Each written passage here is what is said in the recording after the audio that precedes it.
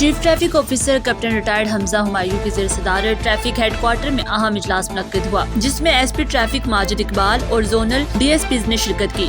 اجلاس میں وفاقی دارالحکومت میں ٹریفک کی روانی کو یقینی بنانے کے لیے کیے گئے انتظامات کا تفصیلی جائزہ لیا گیا۔ سی ٹی او نے ہدایت دی ہے کہ زونل افسران اپنے علاقوں میں رش والے پوائنٹس کی نشاندہی کریں اور رش کے اوقات میں ٹریفک کو منظم انداز میں کنٹرول کیا جائے۔ روزانہ کی بنیاد پر زونل افسران اپنی کارکردگی رپورٹ پیش کریں گے۔ چیف ٹریفک آفیسر نے کہا کہ ٹریفک قوانین سے متعلق آگاہی مہم جاری رکھی جائے گی، جبکہ تجارتی مراکز میں غیر قانونی پارکنگ کے خلاف روزانہ آپریشن کیا جائے گا۔ ان کا کہنا تھا کہ ٹریفک پولیس کو کرپشن فری ادارہ بنانا ہے، کرپشن میں ملوث اہلکاروں کے محکمے میں کوئی جگہ نہیں ہوگی۔ انہوں نے ٹریفک ایجوکیشن ونگ کی کارکردگی بہتر بنانے کی ہدایت کرتے ہوئے کہا کہ ٹریفک قوانین کی خلاف ورزی پر سخت قانونی کارروائی عمل میں لائی جائے گی اور شہریوں کو زیادہ سے زیادہ سہولیات فراہم کی جائیں گی۔